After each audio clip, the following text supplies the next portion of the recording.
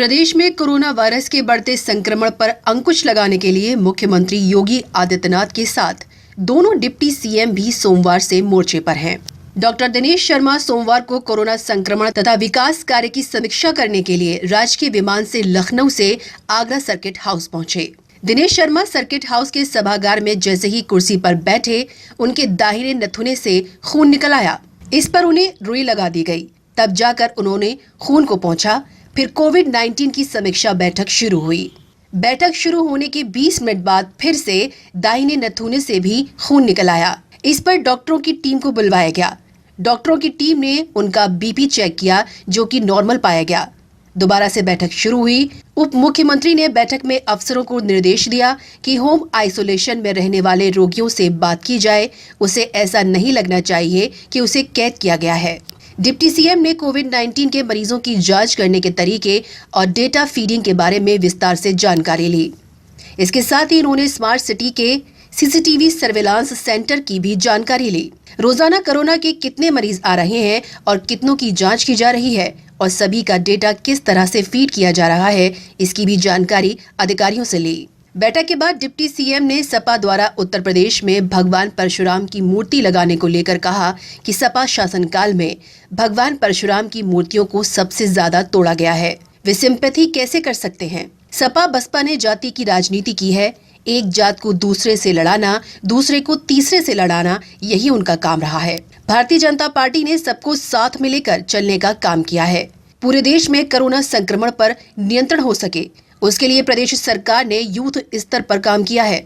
आगरा में जो स्थिति थी, उसको लेकर डिप्टी सीएम ने कहा कि पहले आंकड़े बढ़ रहे थे, अब वे नियंत्रण में आ गए हैं। जिस सपा शासन काल में सबसे ज्यादा भगवान परशुराम की मूर्तियों को तोड़ा गया हो, वो सिंपैथी कैसे कर सकते हैं?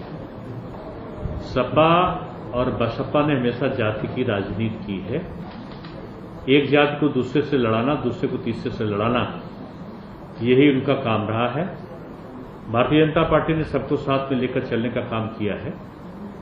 और अगर देखा जाए तो सर्वजन के लिए भी आरक्षण की व्यवस्था भारतीय जनता पार्टी के शासनकाल में ही हुई है। और इससे हम सब चिंतित हैं कि हमने अनुसूचित, पिछड़ा, सवर्ण, इनमें कोई भेद नहीं किया है। जो भी लोग सामान्य श्रेणी के भी हैं, उनके लिए भी अलग से आरक्षण की, जो गरीब की कैटेगरी में आते हैं, गरीबी की रेखा के नीचे आते हैं, उनके लिए भी हम लोगों ने आरक्षण की जब से व्यवस्था करी है, तब से इन दलों में एक बेचैनी है।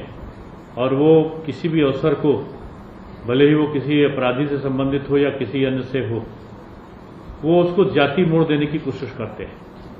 एक जनरल उनका रिव्यू था कि अभी तक आगरा में किस तरह केसेज हो रहे हैं, इमरजेंसी सर्विसेज हमारी 108 एम्बुलेंस है वो कैसा काम कर रही है, जो केसेज आ रहे हैं रूरल एरिया में, अर्बन एरिया में, उसमें क्या रहा है। हमारे जनपद के अधिकारीगण भी थे, साथ में जनप्रतिनिधि भी थे। उनसे अपना फीडबैक लिया कि कहाँ कहाँ कोविड को लेकर के सेंसिटिविटी है, क्या चल रहा है, रूरल में, अर्बन में किस तरह की तैयारी की गई है। और उन्होंने एक चीज़ कहा कि शासन से अगर आप लोगों की ज़रूरत हो, कुछ ऐसी चीज़ें जो चाहिए हमें बताया जाए, ताकि हम उसको आप लोगों को शासन से अवगत करा के हम आपको दें। शासन ने चूँकि अभी तक हम लोग की जितनी डिमांड्स रही हैं, बहुत ही क्विकली अप्रूव हुआ है। आज के डेट में ऐसी कोई चीज़ नहीं थी जो शासन में पेंडिंग हो, बताया गया।